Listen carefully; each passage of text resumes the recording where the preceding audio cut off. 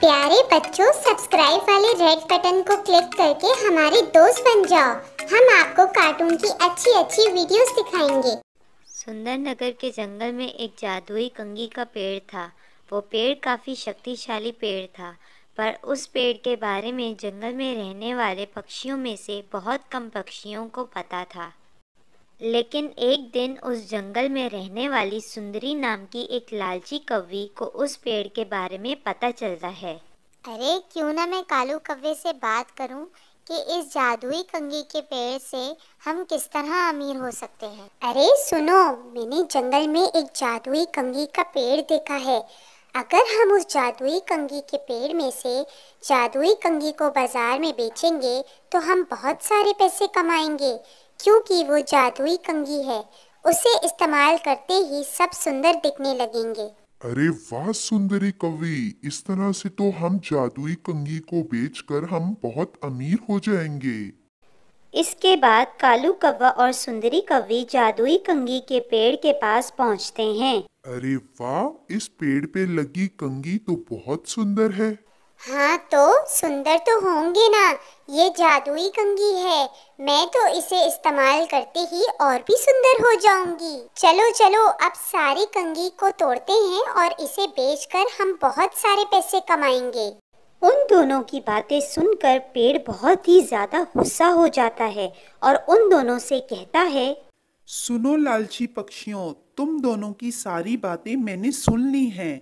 तुम दोनों पैसा कमाने के लिए मेरी कंघी को तोड़ना चाहते हो, इसलिए मैं तुम लोगों को एक भी कंघी नहीं दूंगा। तुम दोनों यहाँ से चुपचाप चले जाओ। सुंदरी कवि, ये पेड़ तो जादुई कंघी को तोड़ने से मना कर रहा है। तुम चिंता मत करो, इसका उपाय मेरे पास है। अब देखो मैं क्या करती हूँ।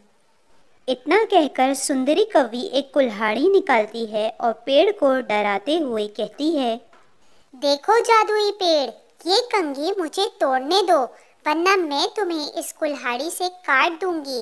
फिर देखना, तुम हमेशा के लिए खत्म हो जाओगे। तुम तो बहुत बेरहम और दुष्ट कवि हो। मैं तो बिल्कुल तुम्हें ये जादुई कंघी नहीं तोड़ने दूंगा। चली जाओ यहाँ से। सुनो जादुई पेड़, मेरी बात मानो।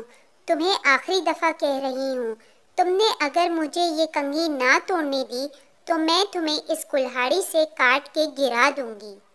सुंदरी कौवी की बात सुनकर जादुई कंघी का पेड़ डर जाता है और कालू कौवा और सुंदरी कौवी को अपनी कंघी देने के लिए तैयार हो जाता है।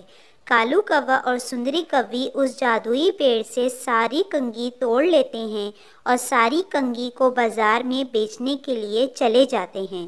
एक दिन टूनी और मुनमुन चिड़िया उस जादुई कंघी के पेड़ के पास आते हैं। हे जादुई कंघी के पेड़, हमें एक जादुई कंघी की जरूरत है। सुना है आप जादुई कंघी देते हैं जो कि काफी शक्तिशाली होती है। हाँ, मैं जादुई कंघी देता हूँ, पर आज मेरे पास एक भी जादुई कंघी नहीं है।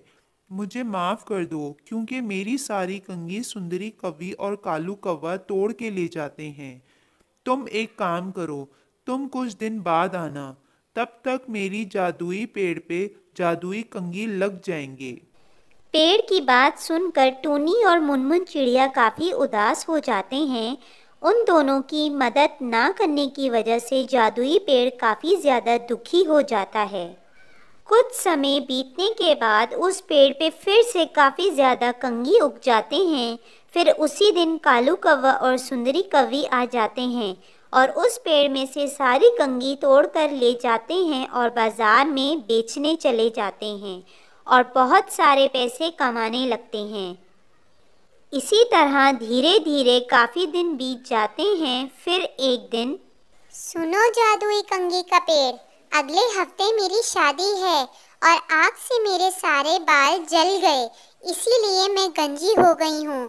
कृपया मुझे एक कंघी दे दें जिसको इस्तेमाल करने से मेरे सारे बाल वापस आ जाएं।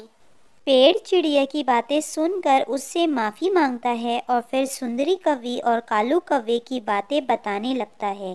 कालू कौवा और सुंदरी कौवे के बारे में सारी बातें सुनकर मीनू चिड़िया बहुत ज़्यादा गुस्सा हो जाती है और कहती है, अच्छा तो ये बात है।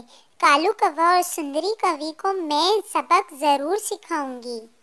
फिर कुछ दिनों बाद उस पेड़ पर जादुई कंघी उग जाते हैं और फिर कालू कौवा और सुंदरी कवि उस जादुई कंघी को लेने आते हैं कि तभी वहाँ मीनू चिड़िया भी आ जाती है और कहती है, रुक जाओ, अगर तुम दोनों ने एक भी कदम आगे बढ़ाया ना तो बहुत बुरा हो जाएगा। तुम दोनों फिर से जादुई कंघी तोड़ने आए हो। आज मैं तुम दोनों को ये जादुई कंघी नहीं तोड़ने दूंगी। ए चिड़िया, तू हमें रोकेगी? तेरी इतनी जुर्रत! रुक, तुझे मैं अभी बताती हूँ। सुंदरी कवि मीनू चिड़िया की ओर बढ़ने ही वाली होती है कि तभी मीनू चिड़िया एक जादुई कंघी को तोड़ लेती है और उसकी शक्तियों से कालू कौवा और सुंदरी कवि को एक पिंजरे में कैद कर देती है। अरे ये क्या? हमें छोड़ दो, हम आगे से कभी भी किसी के साथ ऐसा नहीं करेंगे, हमें माफ कर दो। नहीं नहीं, मैं तुम दोनों को बिल्कुल भी माफ नहीं करूंगा। तुम दोनों को तुम्हारी गलतियों की सजा मिली है।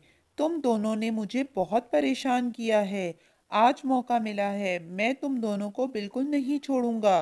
तुम दोनों हमेशा मेरे सामने खाए पिए बिना बंद ही रहोगे। जितने भी पक्षी यहाँ मेरी कंघी को तोड़ने आएंगे वो तुम्हारी करनी को देखकर समझ जाएंगे कि किसी को परेशान करना और चोरी करना कितना बुरा होता है।